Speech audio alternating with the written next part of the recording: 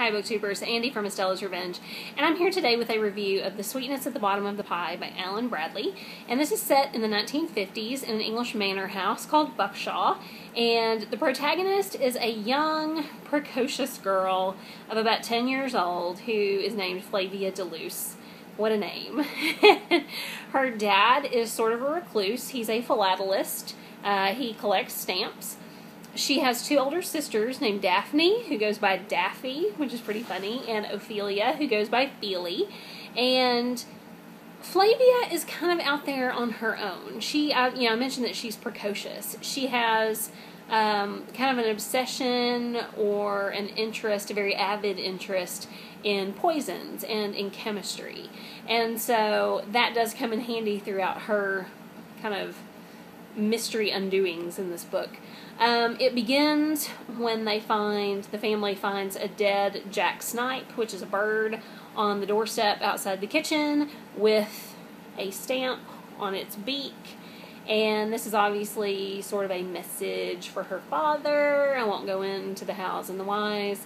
But soon after, Flavia finds a dead man in the cucumber patch, and he actually breathes his last breath and says his last word to Flavia. And so she begins to try to uncover who this man is. Did her father play a part in this kind of mystery that is unfolding? And Flavia is just a great character. Fabulous character. She is so much fun. She has such funny things that she says. We kind of get a taste of what is going on in her head and the private thoughts that she has, and they are just as entertaining as what comes out of her mouth, I have to tell you. I really, really like this book a lot. I really liked all of the characters.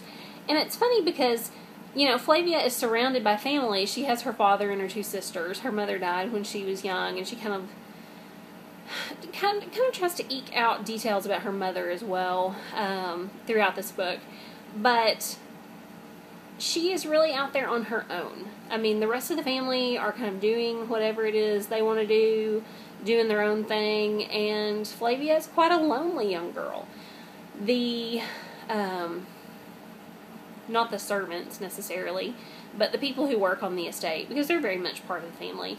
One of them, his name is Dogger. He's been through several positions at the estate, but he kind of possibly has like a post-traumatic stress thing going on from World War II, and he's a very sensitive character. He really cares a lot about Flavia, and they have a really cool relationship. And then Mrs. Mullet is the cook and housekeeper, and there's a lot of discussion about how the family really doesn't enjoy her cooking very much, but they try to kind of dance around that and just not let her think otherwise.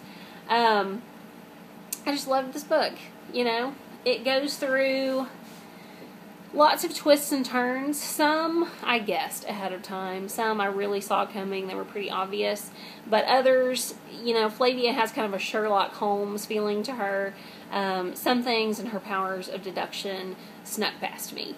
I don't read mysteries very often, but I am determined that I will read this whole series because they're just so charming and so wonderful, and there's so much detail about the lifestyle in the country and where they come from, and the things that they say, and their house and their worn out library, and Flavia's laboratory of poisons and things like that. It's just really cool, really cozy, really homey. And the amount of detail reminds me of a book like maybe a series of Unfortunate Events or Harry Potter. Like, it has that thick kind of whimsical Britishness to it that I love so much. So yeah, really enjoyed this book. We'll definitely be reading more by Alan Bradley. I would love to know what you thought of it if you've read it, and I'll talk to you soon. Bye.